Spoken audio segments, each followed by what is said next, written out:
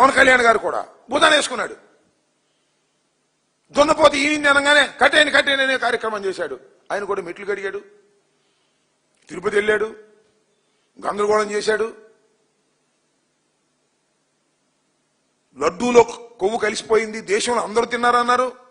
అయోధ్యకు పంపించిన లడ్డూల్లో కూడా ఉందన్నాడు. అయోధ్యకు పంపించిన లడ్డూల్లో కూడా ఇప్పుడు శాంపిల్స్ ఇవి చంద్రబాబు నాయుడు గారు అధికారంలోకి వచ్చిన తర్వాత 2024 జూన్ జూలైలో తీసుకున్న శాంపిల్స్ లో పూర్తి టెస్ట్ లేకోకుండానే, సెకండ్ ఒపీనియన్ లేకోకుండానే అయోధ్యకు పంపించిన లడ్డూల్లో కూడా పందికొవ్వు ఉంది, పశువుల కొవ్వు ఉంది. ఏంటి రాజకీయ ప్రయత్నం? జగన్మోహన్ రెడ్డి గారి మీద మీకు కోపం ఉండొచ్చు, వైఎస్ఆర్ కాంగ్రెస్ పార్టీ మీద కోపం ఉండొచ్చు, జగన్మోహన్ రెడ్డి గారు మళ్ళీ అధికారంలోకి వస్తాడనే భయం ఉండొచ్చు. కానీ ఏమిటి అన్యాయం అని అడుగుతా ఉన్నా. ఒక మానవత్వం ఉన్నటువంటి మనుషులేనా మీరు? దేవుణ్ణి అడ్డం పెట్టుకొని రాజకీయంగా చేయండి. మా మీద కేసులు పెడుతున్నారు, పెట్టండి, ఎదుర్కొంటాం.